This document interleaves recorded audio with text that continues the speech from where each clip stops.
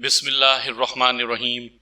سامعین کرام، آپ سن رہے ہیں ایک مشہور اردو ناول گاڈ فادر۔ میں آپ کو بتاتا چلوں کہ یہ ناول ایک مشہور English novel the God father کی اردو ٹرانسلیشن ہے، جس کو اردو میں ٹرانسلیٹ کیا ہے محمود احمد مودی نے۔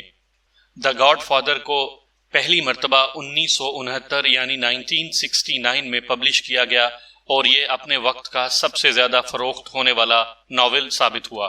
بعد ازاں 1972 میں اس ناول کے اوپر ایک فلم بھی بنائی گئی اور اس کے بعد 1974 اور 1990 میں اس کے اوپر مزید فلمیں بنی، جس سے آپ بخوبی اندازہ لگا سکتے ہیں کہ دا گاڈ فادر کس قدر مشہور ناول ثابت ہوا تھا۔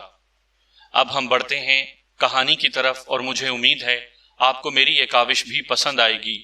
آپ نے اگر ابھی تک میرا چینل کہانی گھر سبسکرائب نہیں کیا تو ابھی میرے چینل کو سبسکرائب کر کے بیل نوٹیفیکیشن آن کر لیجئے تاکہ آنے والی ہر نئی کہانی کی اطلاع بر وقت آپ تک پہنچ سکے۔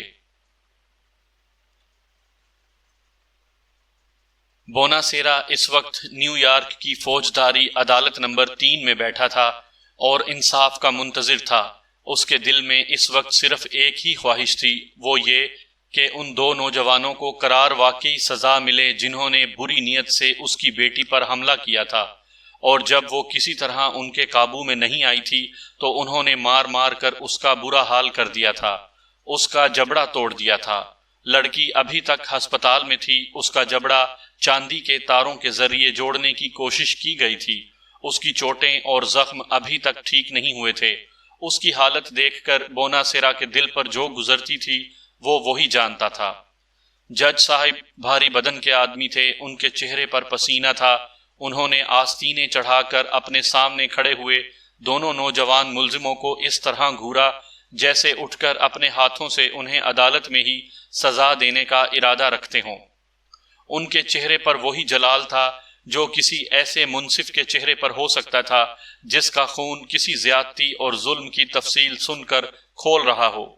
یہ سب کچھ اپنی جگہ تھا، لیکن نہ جانے کیوں بوناسیرا کا دل کسی انجانے اندیشے اور خوف سے گویا ڈوبا جا رہا تھا۔ یوں لگ رہا تھا جیسے عدالت میں کوئی چیز کچھ مصنوعی سی ہے، جیسے وہاں کچھ کمی ہے، جیسے اس کے ساتھ کوئی دھوکہ ہونے والا ہے۔ تم نے جو حرکت کی اس سے ظاہر ہوتا ہے کہ تم انسان نہیں درندے ہو، جج صاحب گرجے۔ بالکل بالکل، بوناسیرا نے دل ہی دل میں جج صاحب کی تائید کی، بلکہ درندوں سے بھی بدتر۔ وہ نفرت سے ان دونوں نوجوانوں کو گھور رہا تھا جن کے چہروں سے خوشحالی کی ایک چمک عیاں تھی، جن کے تراشیدہ بال سلیقے سے جمے ہوئے تھے، جن کے لباس صاف ستھرے تھے۔ وہ گویا ایک انتہائی سنگین جرم کے سلسلے میں ملزم نامزد ہو کر عدالت میں پیش نہیں ہوئے تھے، بلکہ کسی تقریب میں شرکت کے لیے آئے ہوئے تھے۔ انہوں نے گویا بادل نخواستہ تھوڑی سی شرمندگی کے اظہار کے لیے جج صاحب کے سامنے ایک لمحے کے لیے سر جھکایا۔ جج صاحب نے غیظ و غضب کی گھن گرج کے ساتھ سلسلہ کلام جاری رکھا۔ تمہارا طرز عمل جنگل کے درندوں سے بھی بدتر تھا۔ تمہاری قسمت اچھی ہے کہ تم اس مظلوم لڑکی کی عزت لوٹنے میں کامیاب نہیں ہوئے، ورنہ میں تم دونوں کو کم از کم 20 سال کے لیے جیل کی سلاخوں کے پیچھے بھجوا دیتا۔ انہوں نے خاموش ہو کر گھنی بھویں اچکاتے ہوئے غمزدہ بوناسیرا کی طرف دیکھا۔ دوسرے ہی لمحے انہوں نے گویا اس سے نظر چراتے ہوئے اپنے سامنے رکھے ہوئے کاغذات کی موٹی سی گڈی کی طرف دیکھا۔ وہ اس مقدمے سے متعلق مختلف نوعیت کے کاغذات تھے۔ جج صاحب کی پیشانی پر شکنے اور موٹے موٹے نقوش میں خفیف سا کھنچاؤ تھا۔ ان کے اندر گویا ایک زبردست کشمکش جاری تھی۔ چند لمحے کی خاموشی کے بعد آخر وہ کھنکار کر گلا صاف کرتے ہوئے بولے، بہرحال تمہاری نوجوانی اور نادانی کی عمر کو دیکھتے ہوئے، تمہارے اعلیٰ خاندانی پس منظر اور صاف ستھرے ریکارڈ کو مد نظر رکھتے ہوئے، اور حقیقت کو بھی پیش نظر رکھتے ہوئے کہ قانون کا وقار انتقام لینے میں پوشیدہ نہیں ہے، میں تمہیں 3 سال کی سزائے قید کا حکم سناتا ہوں، لیکن اس حکم پر عمل درآمد اس وقت تک معطل رہے گا جب تک عدالت اسے مناسب سمجھے۔ بوناسیرا تکفین و تدفین کا کام کرتا تھا۔ بنیادی طور پر وہ ایک گورکن تھا، لیکن برسوں کی محنت کے بعد اپنے پیشے کو زیادہ باعزت صورت دینے میں کامیاب ہو گیا تھا۔ اس کے پاس جو مردے تکفین و تدفین کے لیے لائے جاتے تھے ان سے اس کا کوئی رشتہ یا قرابت داری نہیں ہوتی تھی، لیکن اپنے پیشے کے تقاضوں کو زیادہ بہتر طور پر پورا کرنے کے خیال سے بوناسیرا مرنے والوں کے لواحقین کے غم میں شریک ہو جاتا تھا۔ دکھاوے کے لیے وہ بھی ان کے سامنے غم زدہ صورت بنا لیتا تھا اور کبھی کبھار کوشش کر کے 2-4 آنسو بھی بہا لیتا تھا، لیکن آج وہ سچ مچ غم زدہ تھا۔ غم کی شدت سے اس کا دل پھٹا جا رہا تھا، اور جج صاحب کا فیصلہ سننے کے بعد تو اس کا جی چاہا کہ وہ دھاڑیں مار مار کر رونے لگے، اپنا سر پیٹ لے، اپنے بالوں میں خاک ڈال لے۔ آنسوؤں سے دھندلائی ہوئی اس کی آنکھوں میں بیٹی کا چہرہ نقش تھا، جو در حقیقت زندگی سے بھرپور ایک خوبصورت لڑکی تھی، لیکن اس وقت بگڑا ہوا چہرہ اور مضروب جسم لیے ہسپتال کے بیڈ پر پڑی تھی۔ بوناسیرا نے بمشکل خود کو اپنے جذبات کے اظہار سے باز رکھا اور اپنے آپ پر ضبط کیے عدالت کا منظر دیکھتا رہا۔ دونوں نوجوانوں کے والد اٹھ کر اپنے چہیتوں کے قریب آ گئے تھے اور انہیں پیار کر رہے تھے۔ وہ سب بہت خوش نظر آ رہے تھے، مسکرا رہے تھے۔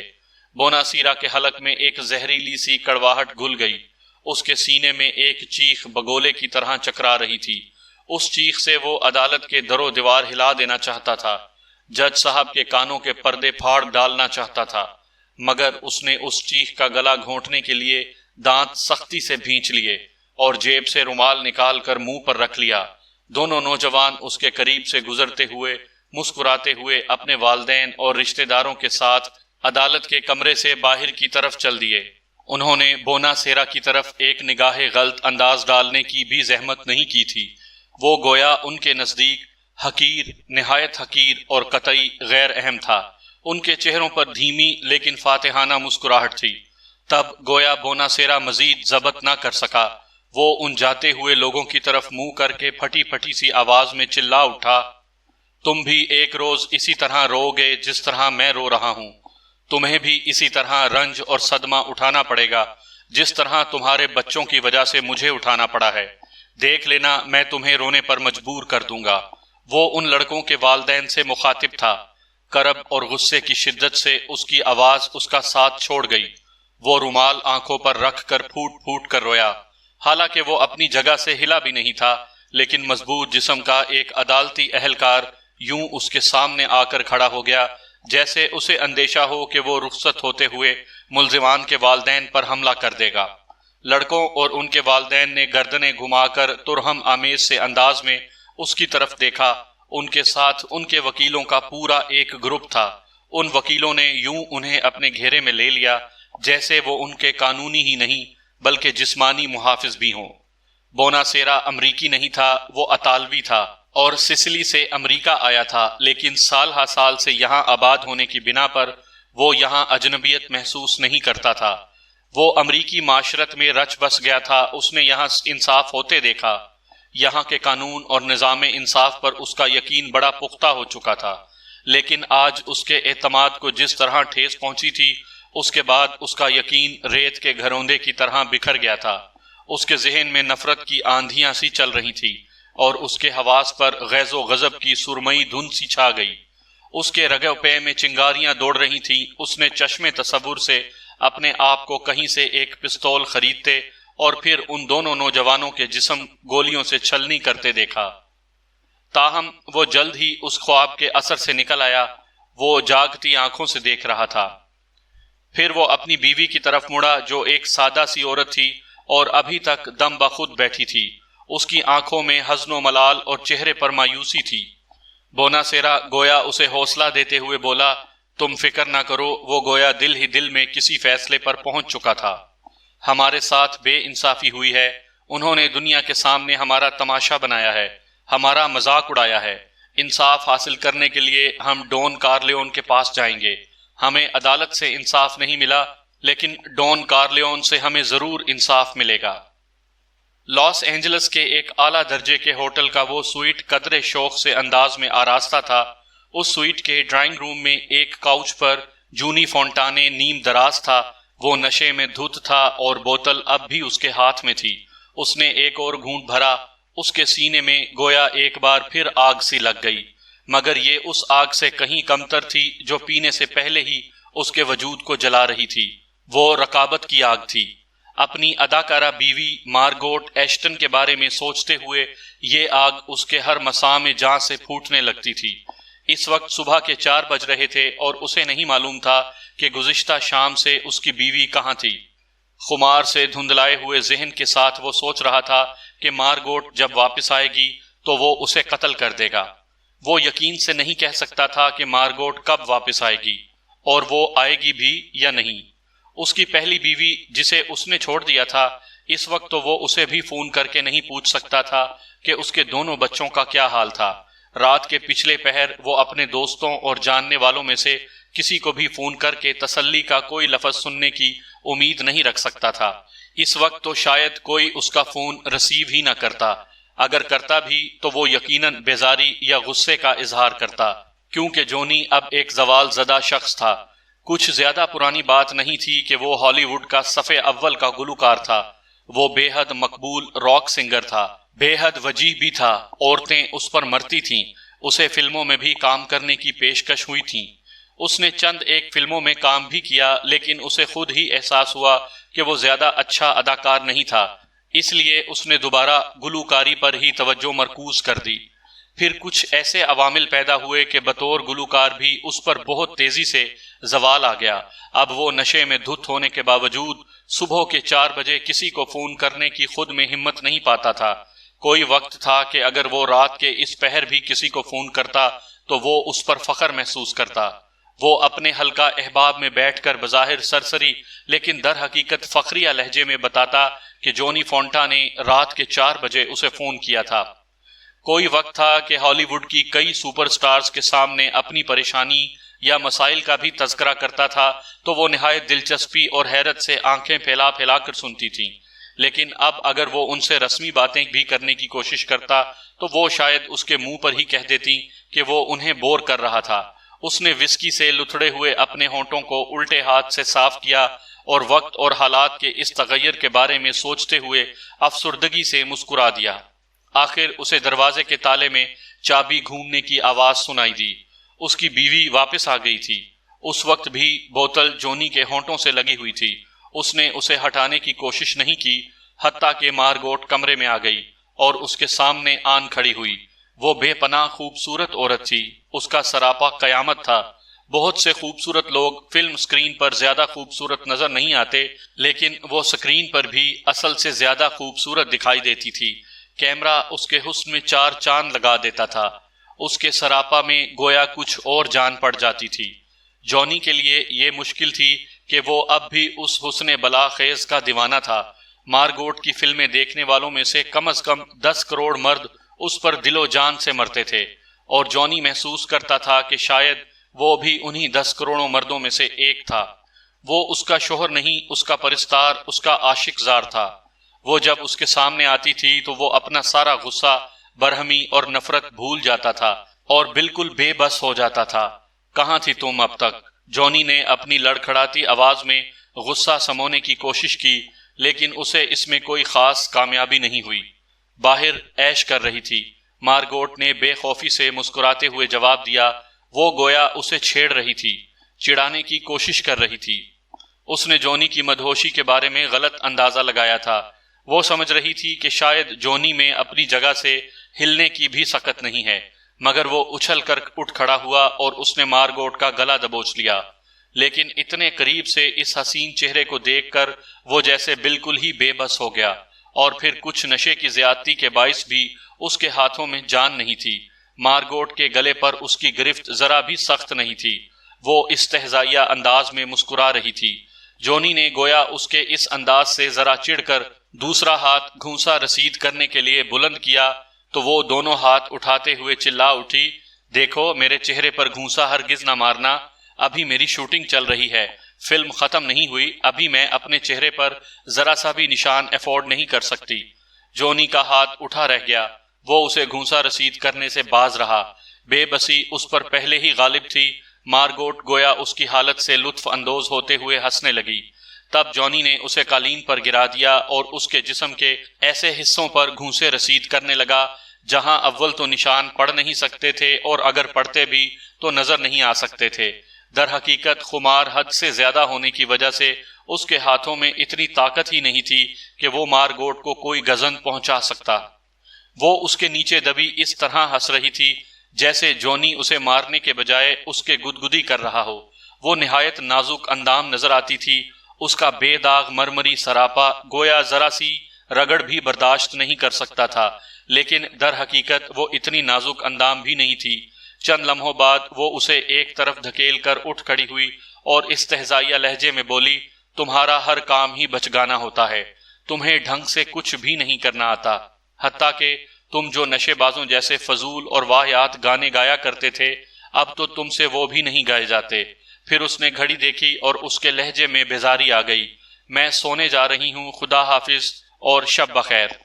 وہ بیڈ روم میں چلی گئی اور دروازہ اس نے مقفل کر لیا۔ جونی سویٹ کے ڈرائنگ روم میں پڑا رہ گیا۔ چند لمحے بعد وہ اٹھ بیٹھا اور اس نے دونوں ہاتھوں سے سر تھام لیا۔ اس کا سر گھوم رہا تھا، ذلت اور شکستگی کے احساس سے اس کی آنکھیں کچھ اور دھندلائی جا رہی تھیں۔ پھر دھیرے دھیرے اس کے دل کے کسی گوشے سے عزم اور ہمت کی ایک لہر سی ابھری، وہ عزم اور ہمت جس کی مدد سے اس نے ہالی ووڈ کے جنگل میں اپنی بقا کی جنگ لڑی تھی اور اپنا مقام بنایا تھا۔ یہ کوئی آسان کام نہیں تھا۔ اب وہ ایک دلدل میں پھنس چکا تھا، دھیرے دھیرے نیچے جا رہا تھا۔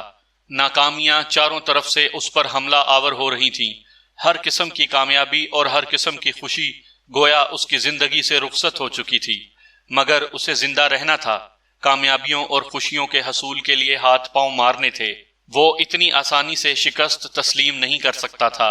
اس دنیا میں ابھی ایک فرد موجود تھا جو اس کا ہاتھ تھام سکتا تھا، اسے حالات کی دلدل سے نکال سکتا تھا، اسے سہارا دے سکتا تھا، اسے دوبارہ کامیابیوں کے راستے پر ڈال سکتا تھا، اور وہ تھا اس کا مربی اور سرپرست، اس کا گاڈ فادر ڈون کارلیون، جس کے لیے جونی منہ بولے بیٹے کی طرح تھا۔ جونی نے فیصلہ کیا کہ وہ نیو یارک جائے گا اور گاڈ فادر سے ملے گا۔ اس نے اسی وقت فون اپنی طرف کھسکایا اور نیو یارک کے لیے جہاز پر ایک سیٹ بک کرانے کی غرض سے ایئرپورٹ کا نمبر ملانے لگا۔ نیزورین کی بیکری اطالوی چیزوں کے لیے مشہور تھی اور بیکری کی بالائی منزل پر ہی نیزورین اپنی بیوی اور جوان بیٹی کے ساتھ رہتا تھا۔ وہ گھٹے ہوئے جسم کا ایک پست قامت آدمی تھا۔ اس وقت وہ ایپرن باندھے بیکری کے پچھلے حصے میں کھڑا تھا، اس کے ہاتھ میدے میں لتھڑے ہوئے تھے اور چہرے پر بھی کہیں کہیں میدا لگا ہوا تھا۔ اس کے سامنے اس کی بیوی، جوان بیٹی اور بیکری کے کاموں میں کچھ عرصہ پہلے تک اس کا ہاتھ بٹانے والا نوجوان اینیزو موجود تھا۔ اینیزو خوش شکل اور میانہ قامت تھا، وہ ورزشی جسم کا مالک تھا، اس کے جسم پر اطالوی جنگی قیدیوں والی مخصوص وردی تھی۔ دوسری جنگ عظیم کے دوران امریکہ میں غیر قانونی طور پر مقیم اطالویوں میں سے بیشتر کو پکڑ لیا گیا تھا۔ کچھ چھان بین کے بعد ان میں سے بیشتر کو پیرول پر رہا کر دیا تھا اور ان کی صلاحیتوں کے اعتبار سے سرکاری طور پر مختلف مقامات پر کاموں پر لگا دیا گیا تھا، جن کا انہیں بہت کم معاوضہ ملتا تھا۔ ان کا کام گویا ایک طرح کی بیگار تھی جو امریکی حکومت ان سے لے رہی تھی۔ ان کی حیثیت جنگی قیدیوں کی سی تھی، تاہم وہ کسی قید خانے یا کیمپ میں نہیں تھے، البتہ ان کے لیے اپنے کام کی جگہ پر پہنچنا ضروری تھا۔ عام خیال یہی تھا کہ اب جب کہ جنگ اختتام پذیر تھی، جلد ہی انہیں ان کے وطن واپس بھیج دیا جائے گا۔ اینزو بھی ان دنوں اس خطرے سے دوچار تھا۔ نیزورین خونخوار نظروں سے اسے گھور رہا تھا۔ اس وقت ان چاروں کے درمیان نہایت سنجیدہ گفتگو جاری تھی اور اینزو کو خدشہ تھا کہ اس بحث میں الجھ کر وہ گورنز آئی لینڈ پہنچنے میں لیٹ ہو جائے گا جہاں اس کی ڈیوٹی لگی ہوئی تھی۔ کام پر پہنچنے میں لیٹ ہونا ایک سنگین مسئلہ تھا۔ اس کے نتیجے میں اس کی پیرول منسوخ ہو سکتی تھی اور اسے قید میں ڈالا جا سکتا تھا، جبکہ اس کے لیے رسمی سی آزادی بھی نعمت تھی۔ میں پوچھتا ہوں کہ تم نے میری بیٹی کو محبت کا جھانسا دے کر اس کی عزت تو برباد نہیں کی؟ نیزورین نے خونخوار لہجے میں اینزو سے دریافت کیا۔ تم کہیں اسے گناہ کی کوئی نشانی تو نہیں دیے جا رہے؟ جنگ ختم ہوتے ہی امریکی حکومت تمہیں تو سسلی تمہارے گاؤں واپس بھیج دے گی، جہاں گندگی اور غربت کے سوا کچھ نہیں۔ تم دھکے کھانے کے لیے وہاں چلے جاؤ گے اور میری بیٹی یہاں روتی رہ جائے گی۔ اینزو سینے پر ہاتھ رکھ کر مؤدبانہ انداز میں جھکتے ہوئے اور اپنی آواز کو گلوگیر بنانے کی کوشش کرتے ہوئے مجروح سے لہجے میں بولا، یہ آپ کیسی باتیں کر رہے ہیں؟ میں نے کبھی آپ کی نوازشات اور آپ کی بیٹی کی محبت کا ناجائز فائدہ اٹھانے کے بارے میں سوچا بھی نہیں۔ میں مقدس کنواری کی قسم کھا کر کہہ سکتا ہوں کہ میں نے کوئی غلط حرکت نہیں کی۔ میں آپ کی بیٹی سے محبت کرتا ہوں، لیکن اس کی عزت بھی مجھے عزیز ہے۔ آپ سب میری نظر میں محترم ہیں۔ میرے دل میں آپ سب کے لیے عزت بھی ہے اور اپنائیت بھی۔ میں باعزت انداز میں آپ کی بیٹی سے شادی کرنا چاہتا ہوں، اور یہ کوئی غلط بات نہیں ہے، لیکن اگر امریکی حکومت نے جبری طور پر مجھے واپس میرے وطن، میرے گاؤں بھیج دیا تو پھر میں کیتھرین سے شادی نہیں کر سکوں گا۔ اس موقع پر نیزورین کی بیوی مینا نے مداخلت کی اور ڈانٹنے کے سے انداز میں اپنے پستہ قد شوہر سے مخاطب ہوئی، بے وقوفی کی باتیں چھوڑو اور اصل مسئلے کی طرف دھیان دو۔ ہمیں اینزو کو ہر حال میں امریکہ میں رکھنے کا بندوبست کرنا چاہیے۔ اسے فی الحال روپوش ہونے کے لیے اپنے بھائی کے گھر لانگ آئیلینڈ بھیج دو اور اس دوران میں اس کے کاغذات بنوانے کی کوشش کرو، جن کی مدد سے یہ جائز اور قانونی طریقے سے امریکہ میں رہ سکے۔ نیزورین خود سسلی کا باشندہ تھا، لیکن وہ برسوں سے امریکہ میں مقیم تھا اور یہاں کی شہریت حاصل کر چکا تھا۔ اسے سسلی میں واقع اپنے آبائی گاؤں سے کوئی دلچسپی نہیں تھی، تاہم وہ سسلی کے پرانے اور روایت پسند لوگوں میں سے تھا، جن کی پہلی کوشش یہی ہوتی تھی کہ وہ اپنے بچوں کی شادیاں اپنے ہم وطنوں میں کریں۔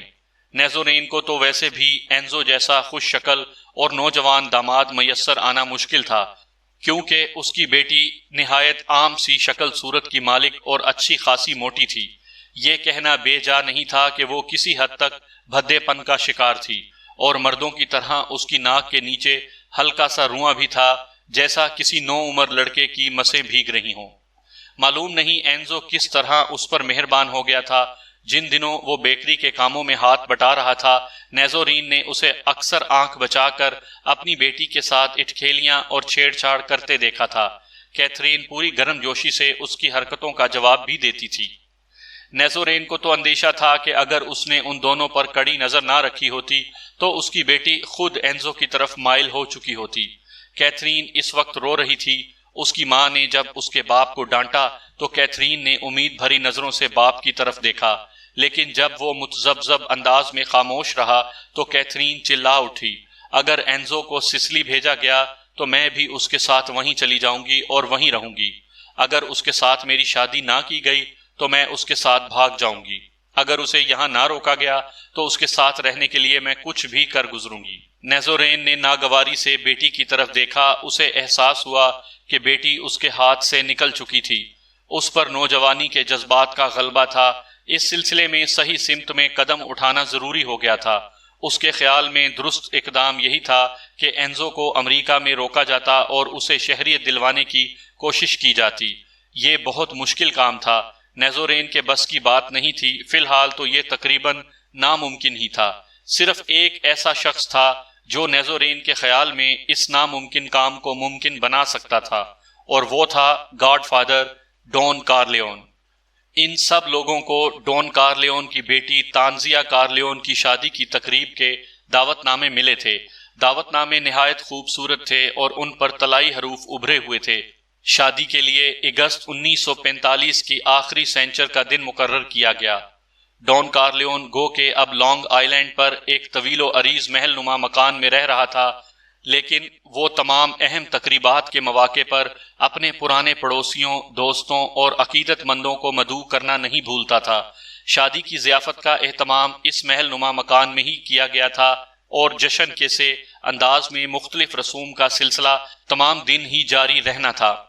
مدعوئین کے لیے اندازہ کرنا مشکل نہیں تھا کہ یہ ایک یادگار تقریب ہوگی۔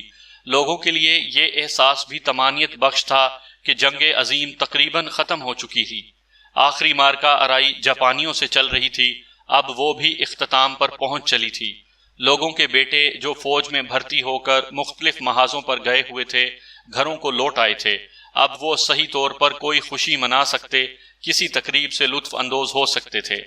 تقریب کے دوران ان کے دل و ذہن پر اس قسم کے تفکرات اور اندیشوں کے سائے نہ ہوتے کہ ان کے بیٹے نہ جانے کن محاذوں پر ہوں گے، کس حال میں ہوں گے، اور وہ زندہ بھی واپس آئیں گے یا نہیں۔ ان کے خیال میں شادی کی یہ تقریب بہت ہی اچھے موقع پر آئی تھی۔ چنانچہ اس سینچر کو دن چڑھتے ہی بہت سے لوگ نیو یارک سٹی سے لانگ آئلینڈ کی طرف روانہ ہو چکے تھے۔ ان کے پاس دلہن کو تحفے کے طور پر دینے کے لیے لفافے تھے، جن میں ہر ایک نے حسب حیثیت زیادہ سے زیادہ رقم رکھ کر ڈون کارلیون سے اپنی عقیدت اور وابستگی کا اظہار کرنے کی کوشش کی تھی۔ یہ رقوم وہ کسی مجبوری کے تحت نہیں بلکہ حقیقت میں اپنی خوشی سے لے کر جا رہے تھے۔ وہ سب ہی کسی نہ کسی وجہ سے ڈون کے لیے اپنے دل میں عقیدت، ممنونیت اور تشکر کے جذبات رکھتے تھے، اور ان کے اظہار کا ان کے خیال میں یہ ایک نہایت اچھا موقع اور نہایت اچھا طریقہ تھا۔ ان میں بیشتر لوگ وہ تھے جنہوں نے ہر مشکل گھڑی میں مدد کے لیے ڈون کارلیون کے دروازے پر دستک دی تھی، اور انہیں کبھی مایوس نہیں لوٹنا پڑا تھا۔ ڈون نے کبھی ان سے کوئی جھوٹا وعدہ نہیں کیا تھا، اور نہ ہی کبھی کسی کی مدد کے سلسلے میں یہ عذر پیش کرنے کی کوشش کی تھی کہ وہ اپنے سے بھی بڑی کسی طاقت کے سامنے مجبور تھا، اس کے ہاتھ بندھے ہوئے تھے، یا فلاں کام فلاں ٹھوس وجہ کی بنا پر ممکن ہی نہیں تھا۔ ڈون کارلیون کے منہ سے کبھی کسی نے اس قسم کی بات نہیں سنی تھی۔ اس کے پاس مدد کی غرض سے جانے والے سائل کے لیے یہ بھی ضروری نہیں تھا کہ وہ کوئی اہم آدمی ہوتا، یا ڈون اس سے یہ توقع رکھتا کہ کبھی وہ بھی جواب میں اس کے کسی کام آئے گا۔ چھوٹے موٹے معمولی اور غیر اہم آدمی بھی مدد کے لیے ڈون کے پاس جا سکتے تھے، شرط صرف یہ تھی کہ ڈون سے ان کی شناسائی، دوستی یا نیاز مندی ہوتی، یا وہ ڈون کے پرانے ہم وطن ہوتے اور انہوں نے اس سے رابطہ اور رشتہ کسی نہ کسی صورت میں، کسی نہ کسی انداز میں برقرار رکھا ہوتا۔ ڈون ایک روایت پسند آدمی تھا۔ اگر کوئی شخص اس سے تعلق یا قرابت داری کا دعوے دار ہوتا تو ڈون کی یہ بھی خواہش ہوتی کہ وہ کسی نہ کسی انداز میں اس کا اظہار بھی جاری رکھتا۔